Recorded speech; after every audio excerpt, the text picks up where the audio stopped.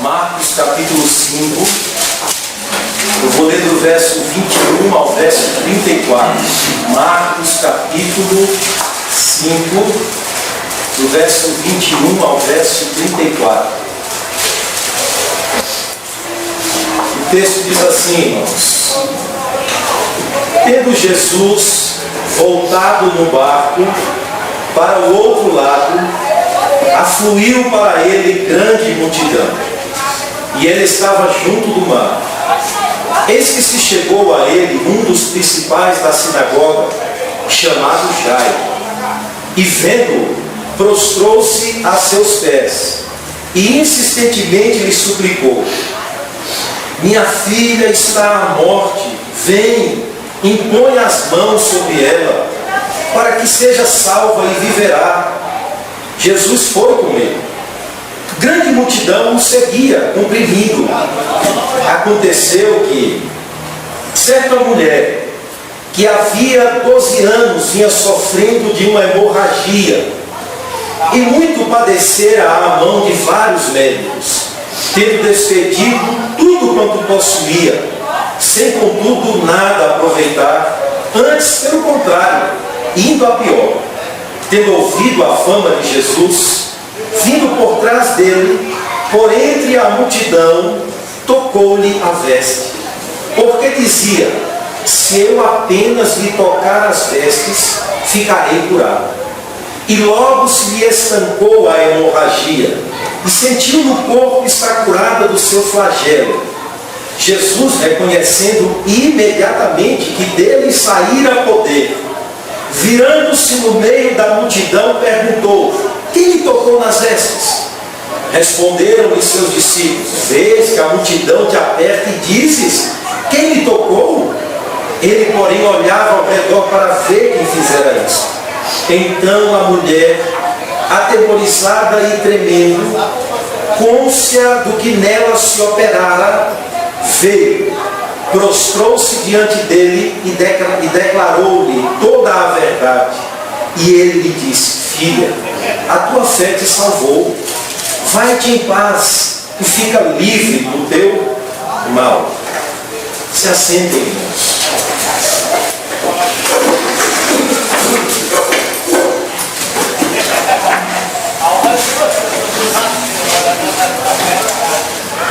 Irmãos, a cura de uma mulher enferma. O que essa história tem a nos ensinar? O que esse relato tem sobre as nossas vidas? O que nós podemos extrair daqui como lições para as nossas vidas? Eu começo dizendo o seguinte: a rejeição de Cristo em Gessara ou Gadara, como algumas versões ou o texto de Mateus diz, não significava a rejeição de Cristo nos demais locais. Não. A história prova isso. O texto que ora acabamos de ler nos mostra isso. Quando Cristo volta da região de Decápolis, aonde ele estava, e se encontrar ali com o endemoniado, e ali aquele homem foi liberto, e vimos toda aquela história, ele atravessa novamente o mar, voltando para a região de Cafarnaum, aonde ele havia saído, de onde ele havia partido. Então ele se depara novamente com a grande multidão. Várias pessoas estão novamente à beira do lago, esperando o retorno de Cristo. As pessoas, na verdade, estavam ali já aguardando a sua volta, porque sabia que ele atravessaria o mar, mas retornaria novamente. E quando ele chega em Cafarnaum, uma multidão o recebe de forma calorosa. De forma calorosa ele é recebido pela multidão. E dentre a multidão, ou em volta da multidão que o comprimia, que o apertava, em meio ao tumulto daquela grande multidão, daquele número excessivo de pessoas, se destacam duas histórias. A história de um homem chamado Jairo, que é um chefe da sinagoga, um príncipe chefe da sinagoga, alguém que governava sobre a sinagoga, mas também se destaca na leitura que fizemos a história de uma mulher, que estava sofrendo há bastante tempo com uma enfermidade, Uma mulher desconhecida, não se cita o nome dela no texto, uma mulher anônima, porque não sabemos a sua origem, de onde ela vem, para onde ela vai, não sabemos o nome dela, a sua família, se era casada, se tinha filhos, não sabemos. Uma coisa eu digo aos irmãos: nós iremos deixar Jairo um pouco de molho. Jairo vai ficar de molho de forma proposital, porque a história que vai se destacar aqui é a história dessa mulher que vai se encontrar com Cristo. E sabemos, irmãos, que na condição dessa mulher, ou na enfermidade que essa mulher estava enfrentando, não havia mais soluções humanas. Mais uma vez se destaca que o dilema enfrentado por uma pessoa é um dilema tão grande que as forças e as ajudas humanas não dão mais conta. Acabou, cessou-se, já foi tentado todos os caminhos para resolver o problema dela, mas o texto nos mostra de forma muito clara que, além dela dispensar tudo quanto tinha com os médicos, a enfermidade piorou. Seu problema se tornou pior. A sua doença crônica agravou-se mais ainda. E mais uma vez, a história da mulher não vai terminar como começou. Mais uma vez, Cristo vai demonstrar seu cuidado pessoal com essa pessoa que enfrenta um dilema insolúvel em sua vida. E veremos, irmãos, que a forma como essa mulher tem a sua enfermidade sanada é justamente essa forma que vai nos ensinar. A forma como Cristo vai dialogar com ela e se aproximar dela é justamente a forma como veremos por entre as linhas que esse texto tem muito a ver comigo e com você. E que esse texto nos ensina muito, fala muito aos nossos corações, que aqui Jesus não só vai curar essa mulher, mas vai, acima de tudo, confirmar a fé dela. Essa fé que ele vai levá-la à prova, ao crescimento e à maturidade que faz com que ela descanse em paz, que ela vai embora de forma diferente, não da forma como ela se aproximou dele.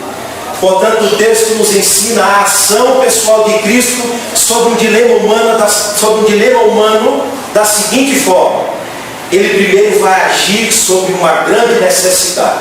Mais uma vez, essa mulher, irmãos, tem um problema que já disse, parece insolúvel.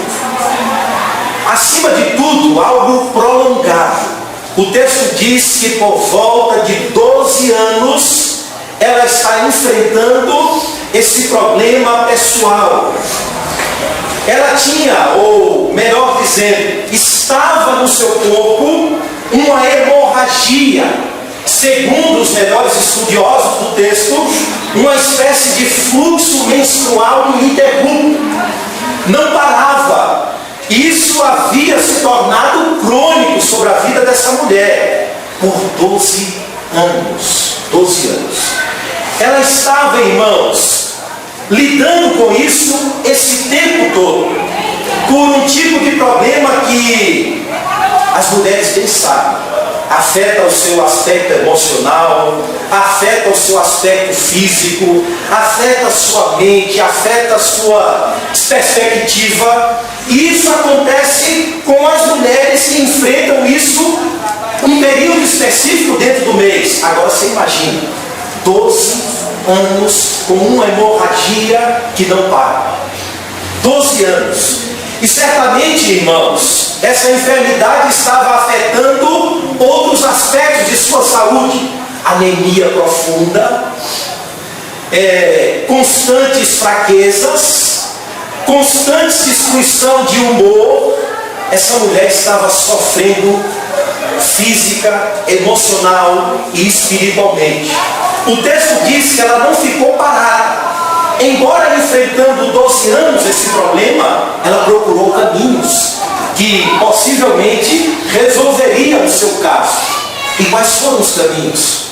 O Talmud, irmãos, uma interpretação da lei dos judeus, dava algumas formas para a cura de hemorragia na vida das mulheres. Certamente ela havia tentado esses caminhos, sem resultado positivo.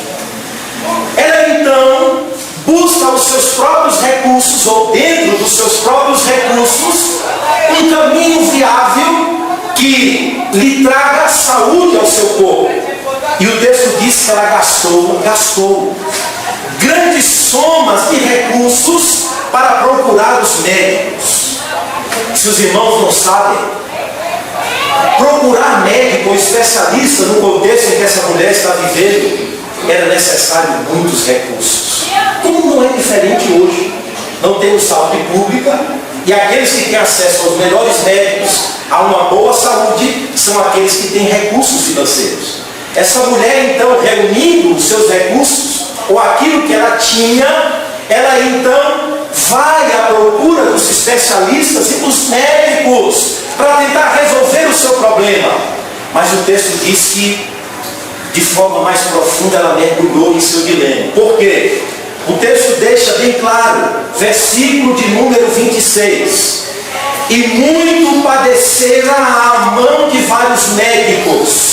Padecera por quê? Uma pergunta eu faço.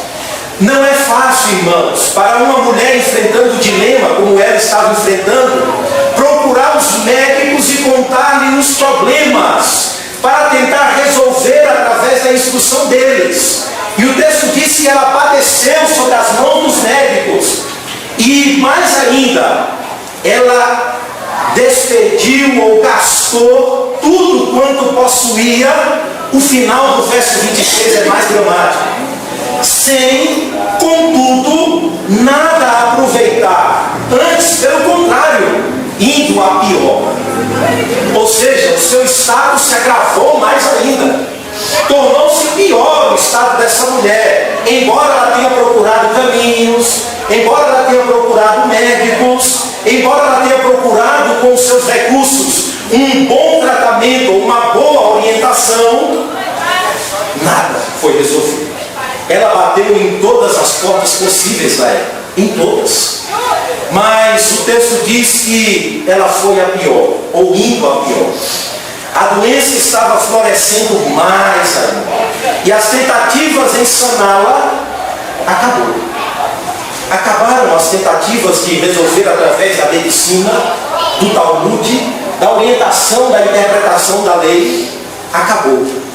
Agora isso, irmãos, é só o começo dos problemas enfrentados por ela. Por quê? Conforme Levítico capítulo 15, uma mulher que era considerada ou que tinha o fluxo de sangue no seu corpo era considerada imunda. Imunda. O período normal era que a mulher ficava imunda pelo período de 7 dias. Depois acabava a sua imundícia. Essa mulher está há 15, sendo considerada imunda. Essa mulher está há 15 anos, não são 15 dias, não são 15 meses, são 12 anos, melhor dizendo, enfrentando um dilema que a deixe separada das relações religiosas, sociais, familiares. Por quê? Porque a lei dizia que uma mulher que possuía fluxo de sangue, primeiro, ela não deveria se relacionar com homem algum. Se casada, deveria se afastar do seu marido. Se solteira, não deveria casar-se. Agora pense, se ela foi uma mulher casada, por 12 anos estava afastada do seu marido. Se solteira, estava há 12 anos enfrentando um dilema que a impedia de casar-se e ter filhos. Agora a lei dizia mais: deve se afastar do convívio social, porque tudo quanto ela tocar é considerada imundo também, ou quem a tocá-la também é considerado imundo. E mais, irmãos, a lei cerimonial de Israel dizia que ela não poderia estar presente no local público de culto. Essa mulher não poderia frequentar a sinagoga, não poderia ouvir a instrução da lei, não poderia participar da comunidade de Israel.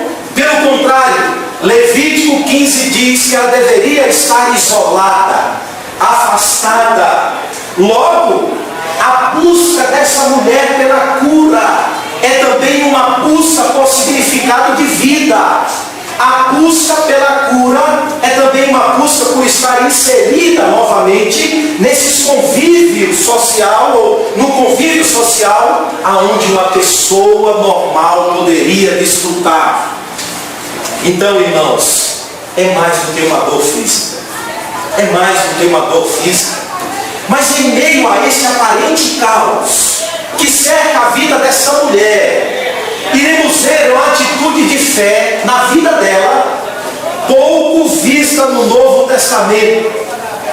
Essa mulher vai até Cristo, irmãos, totalmente confiando de que será curada se tão somente tocar em suas vestes.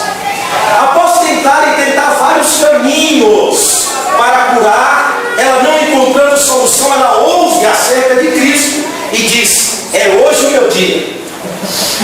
Se eu tão somente encostar nas vestes dele, ela não diz: eu terei uma possibilidade de ser curada. Ela diz: eu ficarei curada. Agora, o que isso nos diz? Primeiro, é que em meio ao caos dela, Deus dá uma fé a essa mulher que brota de um conhecimento correto de Cristo.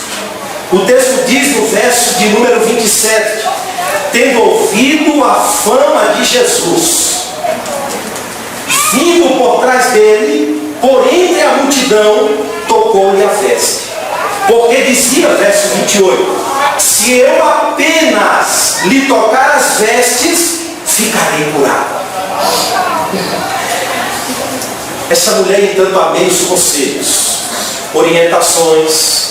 Ela, enfim, se depara com uma notícia diferente. Ela ouve acerca de Cristo. Ela ouve falar daquilo que Cristo estava fazendo, das maravilhas operadas por Cristo. Ele estava realizando milagres, o reino de Deus estava se manifestando através de Cristo. E essa mulher, ouvindo acerca da fama de Cristo, ela vai em direção a Ele. A fé, irmãos, vem pelo ouvir, e o ouvir da palavra de Deus. O que ela ouviu foi o suficiente para produzir nela uma convicção muito grande em relação ao seu problema, ao ponto dela não se conter e dizer: se eu conseguir encostar nas suas vestes, ficarei curado. Se eu tocar nas vestes dele, eu vou ficar curado. Ela ouviu falar de tudo quanto o mestre estava fazendo. Olha, ele dá vista aos cegos. Ele estava na sinagoga e um homem da mão mirrada voltou com a mão normal, restaurada. Ele estava na sinagoga e um homem paralítico desceu sobre a telha ou sobre o telhado, e aquele homem foi curado. Aquele homem se encontrou com ele, ele disse: filho, vai-te em paz, a tua fé te salvou. Está perdoado os seus pecados, levanta e anda. Ela ouviu falar, irmãos, que pecadores arrependidos se encontravam em Cristo. Os relatos acerca de Cristo produziu pela graça de Deus fé no coração dela. O pouco que ela ouviu de Cristo foi o bastante. Ela não passou por um discipulado de 3 anos, não. Ela não passou 3 meses aprendendo sobre as 2 naturezas do Redentor, não. O pouco que lhe chegou aos ouvidos, ou as boas novas que lhe chegaram aos ouvidos, foi o bastante para Deus manifestar com fé no coração daquela mulher. E aquela fé que nasceu em meio àquele caos, fez com que ela mesma rompesse a multidão em direção a Cristo, para tocá-lo somente nas vestes, sem esperar nenhum contato pessoal com ele. Ela dizia: se eu tão somente tocar nos vestidos dele. Isso é convicção, isso é fé. Fé que brota de um conhecimento correto de Cristo. A palavra de Cristo, convicção tal. As instruções da palavra de Deus devem produzir em nossos corações convicção tal, ao ponto de, em meio ao caos enfrentado por muitos de nós, ir em direção a Cristo, buscar o socorro de Cristo, buscar a ajuda de Cristo. Foi o que essa mulher fez. O pouco que ela ouviu foi o suficiente para incendiar o seu coração. Foi o suficiente para que ela enxergasse aquele dilema de forma diferente e dissesse a si mesma: hoje eu vou ser curada se eu tocar em suas vestes. É uma fé que brota de um conhecimento correto de Cristo. Cristo foi anunciado aos ouvidos dela por tudo aquilo que ele estava fazendo, e o que chegou aos ouvidos foi o suficiente para incendiar o coração dela e tomá-la de uma convicção e certeza profunda, ao ponto de ir a Cristo e dizer: eu vou tocar nele e ser curado. O segundo ponto, irmãos, que vemos nessa mulher é que ela foi tomada por uma fé que a levou ao objeto verdadeiro, que é Cristo. Ela disse: se eu apenas tocar as vestes, ficarei curado. Ela não somente cria de todo o coração, mas o crer na vida dela não a fez ficar parada, estagnada. Ela foi em direção a Cristo. A fé, irmãos, não somente nos dá capacidade espiritual para crer ser verdadeiro tudo quanto está escrito na palavra de Deus. A fé também nos faz agir coerentemente de acordo com cada passagem específica. Essa mulher tinha profunda convicção no seu coração, e isso a fez mover-se em direção a Cristo. Ela não foi tocar em Jesus de maneira acidental, mas ela foi tocar de maneira intencional.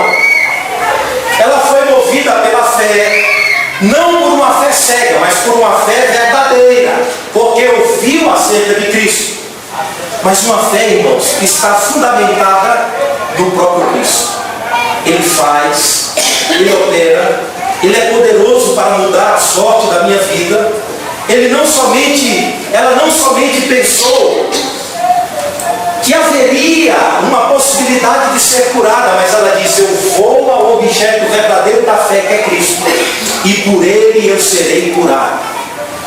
Como diz, irmãos, um pastor chamado William Lane, foi o alcance de sua fé e não o toque de sua mão que lhe assegurou a cura. Não foi o toque da superstição nas vestes de Cristo, mas foi o toque de uma fé convicta que vai em direção a Cristo Jesus. Por essa razão, eu digo: pela fé nós temos, pela fé nós vivemos, pela fé nós permanecemos, e é pela fé que nós andamos e vencemos. Amém. É pela fé. Sem fé, irmãos, diz a Escritura, é impossível agradar a Deus. A fé verdadeira, ela sempre triunfa, como diz os nossos padrões confessionais. Por mais pequena e fraca que seja, ela sempre triunfa em meio às dificuldades da vida, porque ela tem um objeto verdadeiro, que é Cristo. Ela sempre nos leva para Ele, para buscarmos o socorro dEle, para buscarmos a ajuda dEle, para buscarmos a quietude que precisamos dEle, para buscar a vida nele que não temos, para buscar a paciência que temos nele somente, para buscarmos suas bênçãos e os dons que somente Ele tem. E muitas vezes digo, a providência de Deus, ela mesma, nos leva a desfrutar de momentos aonde toda a esperança humana cessa. Bate uma porta ali, não dá jeito. Bate-se em outra ali, não resolve. Usa os recursos ali, ou recursos que temos, para dar jeito, e não conseguimos. As portas se fecham aqui, se fecham ali. E Deus faz isso a fim de estimular e produzir em nós Uma fé que nos leve a Cristo. Uma fé que nos faça ver a Cristo em meio ao caos que nos cerca. E quando Ele faz isso, irmãos, é para que os nossos olhos se ponham sobre as nossas próprias dificuldades e enxerguem Cristo. E enxergue Cristo. O resultado aqui é surpreendente sobre a vida dessa mulher. A hemorragia é estancada. Verso 29. E logo se lhe estancou a hemorragia. E ela sentiu no corpo estar curada do seu flagelo. Acabou. Aquela mulher foi imediatamente curada, diz o texto. Acabou. Aquele fluxo ininterrupto na vida dela acabou. E ela sentiu. Para Deus não há impossível, irmãos. Aquela mulher sofria de um mal crônico em 12 anos. Procurou ajuda em todos os lugares, sem contudo alcançar sucesso. Mas no mesmo instante, quando ela, indo pela fé, toca em Cristo, a sensação de estar curada, e foi efetivamente curada, toma conta dela. A graça operou na vida dela e o mal foi retirado, ou o fluxo sanguíneo foi interrompido. E aquela mulher, de novo, reinserida de forma digna na sociedade. Aquela mulher recebeu, ou a partir daquele momento estaria recebendo forças novamente para voltar a conviver com sua família, se casada com o marido, se não casada, produzir ou ter novamente expectativa de se casar, de ter filhos. Aquela mulher, a partir desse momento, quando ela percebe em si que está curada, ela poderia novamente voltar a congregar, a estar na sinagoga. Então há uma mudança significativa na vida dessa mulher. A fé verdadeira, irmãos, vai ao objeto verdadeiro que é Cristo. E em Cristo Jesus nós somos supridos com todas as sortes de bênçãos espirituais. Sejam bênçãos físicas, sejam bênçãos espirituais. Em Cristo somos totalmente supridos. Pedro diz que Deus suprirá todas as nossas necessidades em Cristo Jesus. Por mais que tenhamos recursos, devemos ter uma fé que nos faça ver Cristo e saber que sem Cristo nada podemos fazer. Se Deus não edificar a casa, em vão trabalham os que a edificam. Se o Senhor não edificar a cidade, em vão vigia o sentinela. Sem Cristo e sem Deus, irmãos, os nossos maiores recursos são insuficientes diante dos problemas e das demandas da vida. Precisamos ver Cristo, olhar para Cristo, confiar em Cristo, ir a Cristo. Nós não conseguiremos resolver os nossos problemas com as nossas próprias forças. A fé deve nos levar a Cristo. Pedir orientação de Cristo, ajuda de Cristo, direção de Cristo, a luz de Cristo, para vivermos uma vida agradável a Deus. Isso é fé. Isso é fé. Fé não só é a capacidade de crer, mas é a capacidade de confiar e de entregar os nossos caminhos ao Senhor das nossas vidas, Cristo. Isso é fé. Fé é não somente acreditar na palavra de Deus, mas é agir coerentemente de acordo com aquilo que temos aprendido. A reprimenda sobre os discípulos foi porque eles não tiveram fé. Porventura não tenham fé? Sois tímidos, medrosos. Vocês ainda não confiam. O pouco que essa mulher ouviu foi o suficiente para lançar-se sobre Cristo. Muitos dos nossos conhecimentos só incham a cabeça, irmãos. Muitas das nossas instruções só incham as nossas cabeças. Muitas das nossas instruções não têm produzido uma fé que nos faz agir coerentemente de acordo com aquilo que temos aprendido. O pouco que ela ouviu foi o suficiente para ela agir de forma coerente. O terceiro ponto que aprendemos é que uma fé verdadeira nos leva à entrega do ser a Cristo, e não somente a encontros casuais e esporádicos. Jesus, reconhecendo o verso 30, que dele saíra poder, ele se vira no meio da multidão e pergunta: quem me tocou as vestes? Responderam-lhe seus discípulos: olha, vês que a multidão te aperta, te comprime, e você vem perguntar quem me tocou? Assim como aquela mulher sentiu, Cristo imediatamente sentiu, irmãos, que dele saíra poder, dunamis. Havia acontecido algo diferente do toque e do comprimir da multidão. Cristo disse: alguém me tocou diferente. De mim saiu virtude, poder. Então ele se vira e pergunta: quem me tocou? Quem me tocou? Irmãos, aquela atitude soou como estranha. Ora, se tem uma multidão me apertando, me acossando, e eu se volto para a multidão e pergunto: quem me tocou? O que está comigo vai perguntar: ora, tu perdeu o juízo, está todo mundo te tocando. Os discípulos repreendem Cristo: ora, está todo mundo te apertando e você vem com essa pergunta: quem me tocou?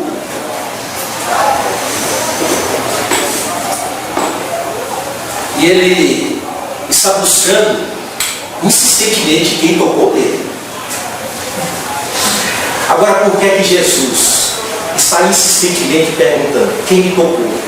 Quem me tocou? Alguém me tocou. Ele está insistentemente procurando desenvolver o diálogo com alguém que foi curada por ele. Ele quer uma ligação pessoal com essa pessoa. E quando ele insiste, a pessoa que foi curada não deve retroceder, mas se manifestar publicamente: fui eu. Isso mostra que a fé não nos leva a Cristo para encontros pessoais ou esporádicos e casuais. A fé nos leva a Cristo para nos relacionar com Ele, entregar a nossa vida a Ele.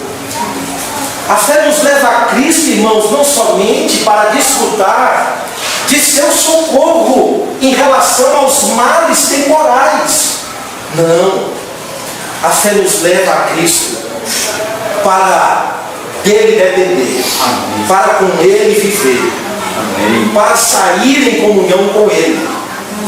Jesus está falando aqui, irmãos, de um toque diferente. Ele percebe isso em si. Jesus está falando aqui de um toque que envolvia vida e fé, entrega e confiança. E aí isso mostra que os discípulos estão longe. Eles estão pensando no toque do tecido. E ele volta a olhar de forma demorada. O texto diz que ele volta a olhar e fica: quem me tocou? Dá a ideia de que Jesus para detidamente e fica esperando a manifestação dela, porque ele sabe quem lhe tocou. E ele olha esperando que ela mesma se manifeste, que ela mesma fale de pé si: olha, mestre, fui eu. Não que ele não sabia, ele sabia. Isso mostra que Cristo não é pego de surpresas, nem de costas. A tempestade não o surpreende porque ele dorme no barco. As aflições que nos sobrevêm não pega Deus de surpresa. Ele está no controle de todas as coisas. Então a mulher se manifesta. Verso 33. Então a mulher, atemorizada e tremendo, côncia ou consciente do que nela se operava, veio, prostrou-se diante dele e declarou-lhe toda a verdade. Quando essa mulher, o texto diz que ela tremia, ou atemorizada e tremendo, o texto nos informa que não é um sentimento de alguém que sabe que fez alguma coisa errada. Rapaz, eu fiz algo errado. Eu roubei a minha cura, eu roubei o poder de Cristo. Não. Aqui é um sentimento profundo nela mesma, de alguém que tem plena consciência de que foi socorrida por Deus. Ela treme, a salvação de Deus sobre ela o faz tremer, está abalada pelo socorro de Deus em sua vida. E todo o seu ser fica tremendo, tremendo. E o que restou é essa mulher, o que resta é uma pessoa que desfruta da ação soberana de Deus sobre a vida dela, é prostrar-se. Prostrar-se e confessar. Ela então, tremendo, ela se coloca diante de Cristo e diz toda a verdade.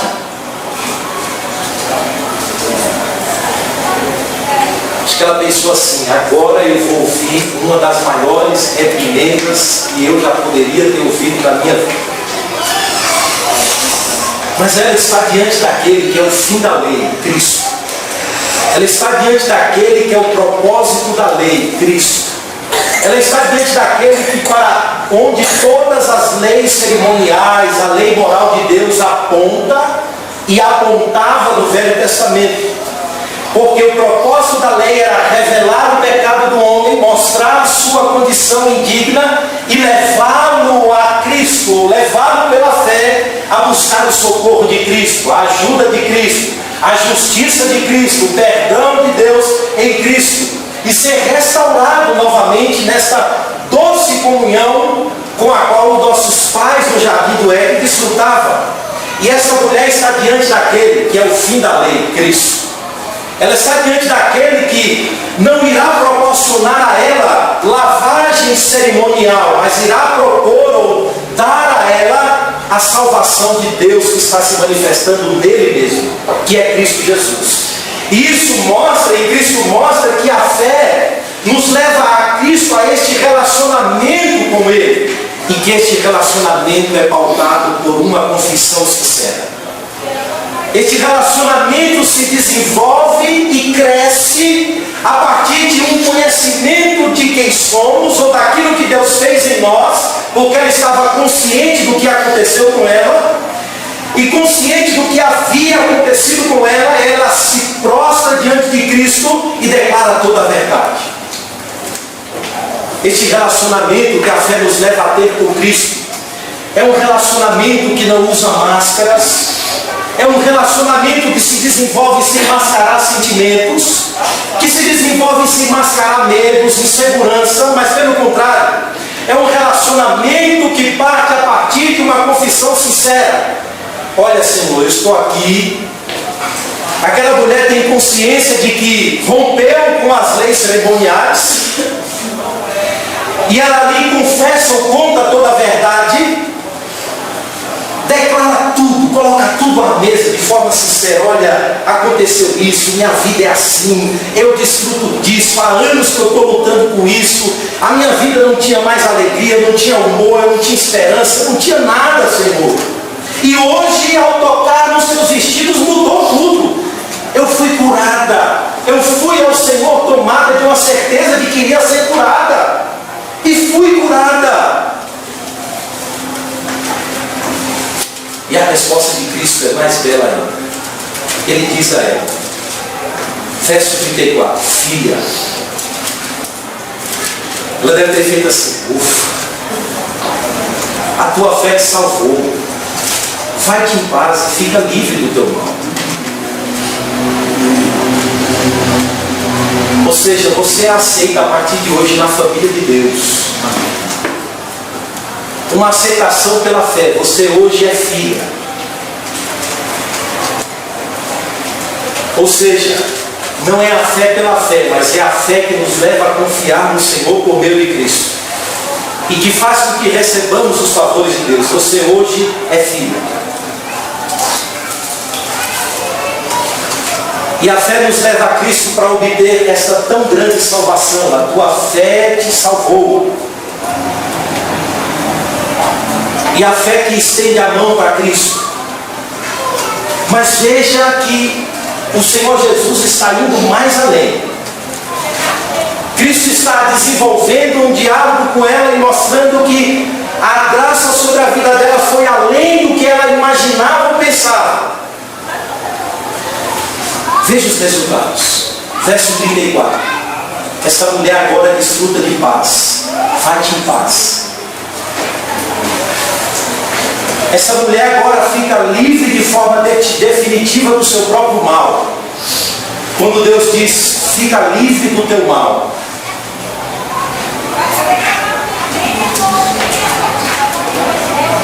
Sabe por que isso? Cristo sabe que ela enfrentaria resistência. Consigo mesma, ainda. Porque assim, embora nascidos de novo, ainda lutamos contra aspectos do nosso próprio ser.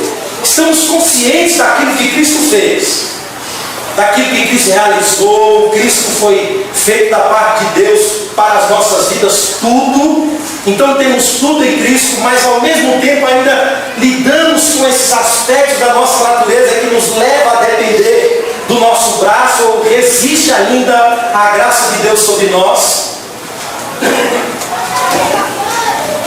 Por esta razão, a graça vai trazer resultados completos. A graça atua no homem completo, que precisa ser restaurado por Cristo de forma completa. Ela estava, irmãos, ou ela a partir de então, desfrutaria não somente de paz com Deus, mediante a fé em Cristo Jesus, pois sua imundícia ou impureza é além de impurezas e restrições cerimoniais. Todos nós, tal como essa mulher, éramos impuros diante de Deus, por conta das nossas próprias indignidades ou pecados. Éramos por natureza filhos da ira, como também os demais, Paulo diz. Portanto, os nossos próprios pecados faziam separação entre nós e o Senhor. Estávamos fadados a vivermos eternamente assim.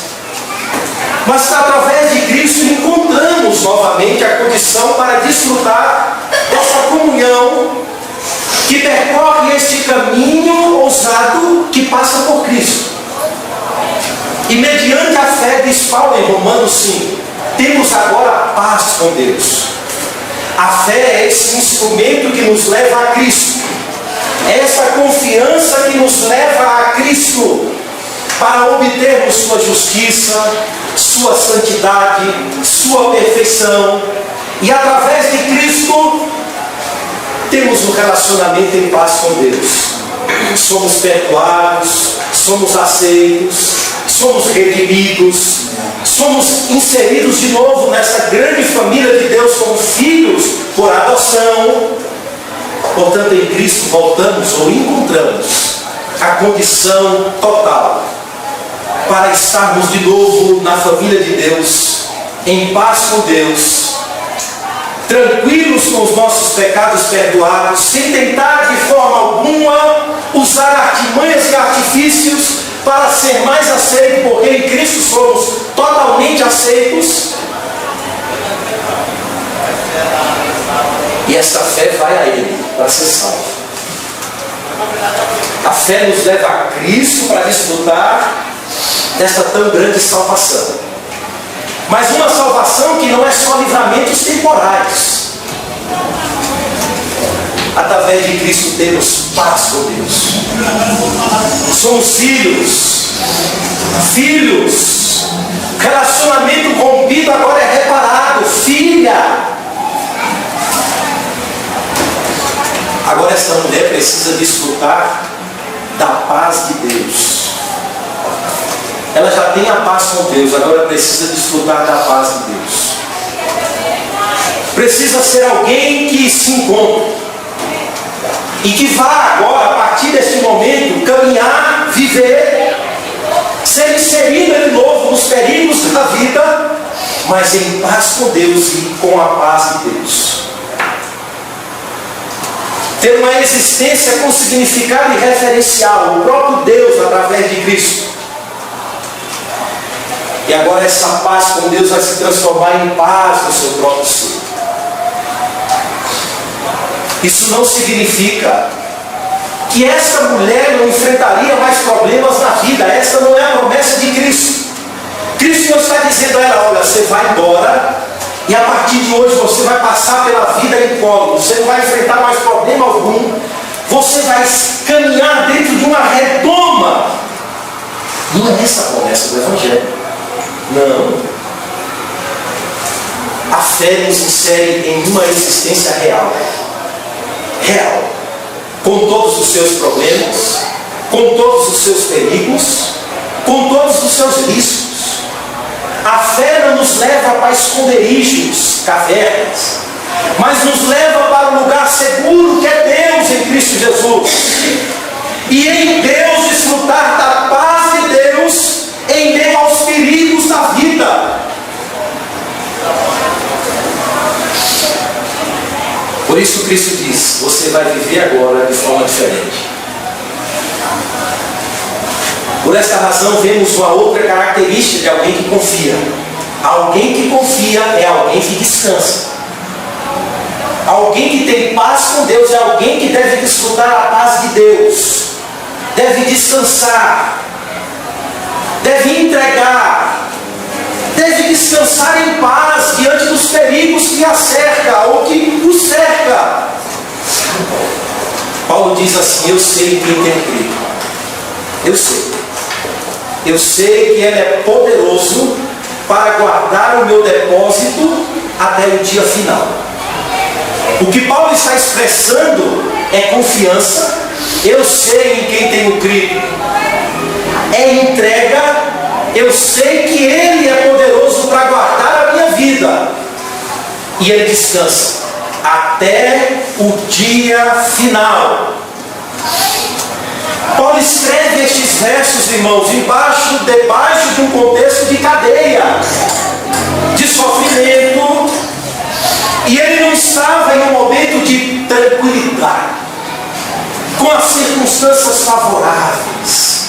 Pelo contrário, ele diz a Timóteo: Timóteo, estou sendo já oferecido como libação, como sacrifício, como oferta de sacrifício. Mas o seu coração tinha profunda convicção no Deus que o havia salvado. Por isso ele diz: eu sei em quem tenho crido. Da mesma forma, quando ele escreve em Romanos capítulo 8, ele consola o povo de Deus: se Deus é por nós, quem será contra nós? Então ele lista uma série, irmãos, de possíveis coisas ou condições que todos nós estamos vulneráveis a enfrentar em qualquer hora da vida, em qualquer circunstância da vida.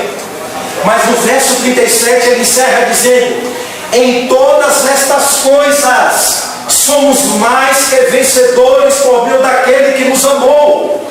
Ou seja, Ele nos amou primeiro. Ele nos chamou segundo o seu propósito sublime e graça para desfrutar da salvação. Agora, Ele, Deus, Ele tinha tudo para ser contra nós. Porque Ele é perfeito, Ele é santo, Ele é reto, Ele é justo, Ele odeia o pecado. E nós, impuros, pecadores, imperfeitos, infiéis, como ele diz em Romanos, fracos.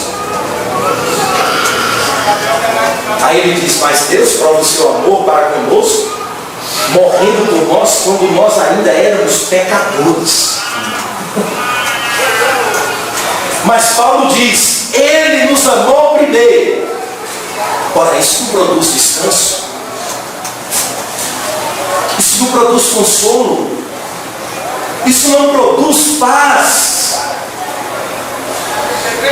Isso não produz calmaria em meio ao mar revolto das emoções? E João diz, na mesma toada: veja com quão grande amor nos tem concedido o Pai ao ponto de sermos chamados filhos de Deus. Ele diz a esta mulher: filha. Agora, Cristo tinha tudo para reprimi-la. Muito mais do que os sacerdotes lá na sinagoga, ou os escribas, os fariseus. Cristo muito mais dignidade tinha para dizer a ela: você é impura.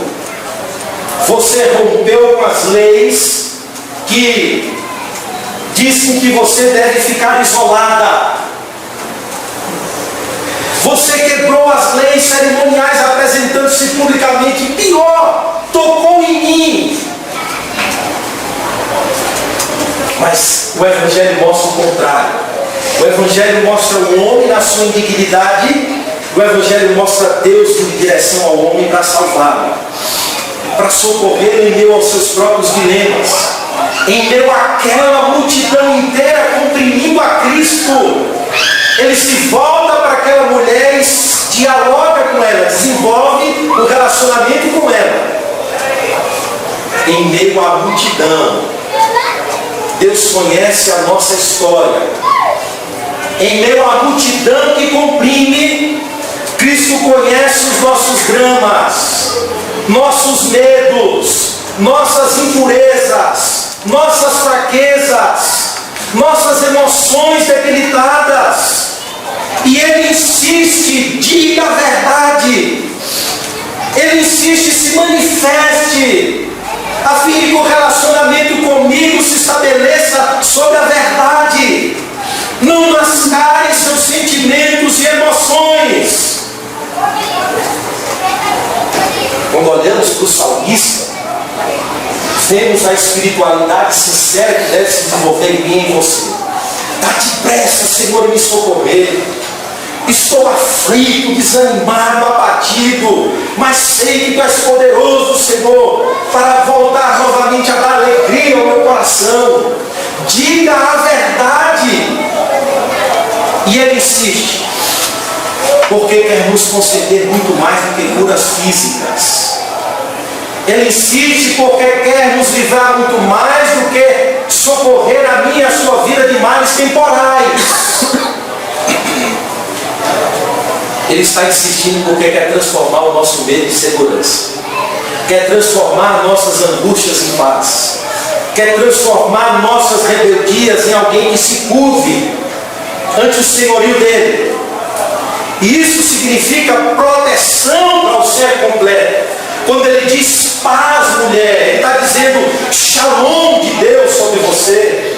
Isso significa proteção para o corpo, para a alma, para a mente, para as emoções. Shalom de Deus é Deus se voltando para o homem completo. Vida normal. Acabou o medo, acabou o ostracismo, acabou o isolamento. Você vai voltar em casa ou para casa em paz, tomada de uma fé e de uma certeza de que acabou. Fica livre do teu mal. Cristo está dizendo: fique curada. Irmãos, um dos maiores males, melhor, um dos maiores medos de alguém que enfrenta uma doença grave, câncer, tumor em várias áreas do corpo, ou que teve que enfrentar um trauma terrível em sua vida e aquilo lhe marcou a consciência, as emoções. Um dos maiores medos dessas pessoas é ter que lidar com esse monstro de novo. Ela dorme preocupada com que, em fazer um exame de sangue, detectar que voltou de novo. Ela não dorme com medo de enfrentar o monstro que enfrentou no passado de novo. E ela fica desenvolvendo seu relacionamento com Cristo, mas suprimindo suas emoções medrosas. E aquilo sobe para a mente, desgasta mentalmente, vai para o corpo porque somatiza, dor de estômago, dor nas costas. Por isso a cura vai além de uma cura física. É shalom. É shalom.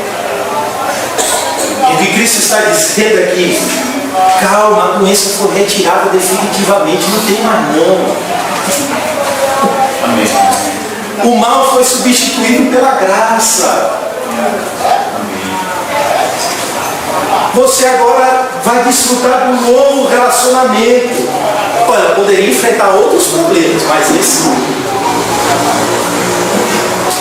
foi curada. Esse trauma ela foi curada. Agora, imagine comigo, essa mulher voltando novamente ao ciclo menstrual mensal. Quando chegasse a época de voltar ao ciclo novamente, aquilo voltaria à mente.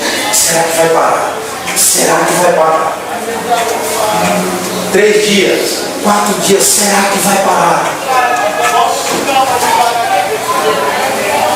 Cristo diz, olha, eu vou estancar muito mais do que a hemorragia, eu vou curar sua alma. Eu vou restaurar sua dignidade, viu? Então ela precisa ser curada da culpa, do medo, da insegurança, e precisa dar lugar a uma fé que descanse em Cristo. Descanse. Ficar em paz, descansar, saber que Deus age por completo e dentro do nosso caos, Ele vem para nos socorrer e socorrer de forma completa. Portanto, irmãos, a fé envolve descanso. Confiar descansando. É dormir em paz. É ter a paz de Deus no coração, é saber que o amor de Deus que excede todo entendimento guardará a vossa alma no coração de escola, para que sejais cheios da plenitude de Deus. Eu concluo dizendo o seguinte: primeiro, nós temos grandes necessidades, grandes, sejam elas espirituais, sejam elas emocionais, muitas vezes físicas. E Deus conhece as necessidades que temos e que enfrentamos e que lidamos com ela dia a dia. Temos fraquezas, somos rodeados de necessidades que nos sobrevêm, nos faz medo. Temos que enfrentar a realidade da vida, porque o Evangelho nos coloca diante da realidade da vida. E essa vida muitas vezes nos impõe medo, as dificuldades nos impõem medo. Mas como essa mulher? O Evangelho nos chama a olhar além dos nossos dilemas. Ver Cristo neles. Ver o amor de Deus neles. Ver a graça de Deus trabalhando no nosso ser neles. Ver Deus aperfeiçoando a fé, trabalhando nas emoções, tirando o medo. E era como dizia um dos professores de seminário: Deus muitas vezes cura a doença enviando veneno. Deus muitas vezes nos cura do medo da tempestade, nos colocando no coração dela. Você precisa ser curado. Eu preciso ser curado. Quem ama verdadeiramente não tem medo. O verdadeiro amor lança fora todo medo. E você precisa perder o medo, a timidez. Crer na palavra do Senhor, crer no poder do Senhor, crer no socorro do Senhor, crer na intervenção do Senhor e ir a Ele, entregando o seu caminho e, acima de tudo, dormindo, vá dormir. Como diz o salmista: me deite logo pego no sono, porque tu me faz repousar em segurança. Durma, descanse, porque o mais Ele fará. Essa é a grande verdade. O mais Ele fará. Aquilo que foge ao nosso controle, não temos mais condições, o mais Ele fará. Amém. Que Deus nos ajude, irmãos, em Cristo Jesus. Vamos orar. Senhor, nós te agradecemos, ó Deus, pela tua palavra. Queremos te agradecer, Senhor, pelo teu amor, pelo teu perdão, pela tua graça. Queremos te agradecer, Senhor, pelo teu amor sobre as nossas vidas, este amor tão grande. E bendizer pelo teu perdão, por tua paciência, por tua longanimidade sobre cada um de nós. O conhecimento, ó Deus, que tu tens acerca das nossas vidas, Senhor, é perfeito, é profundo. O Senhor nos conhece por detrás e por diante, Senhor.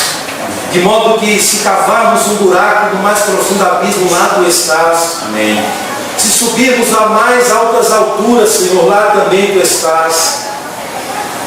Não temos como fugir do teu Espírito, Senhor.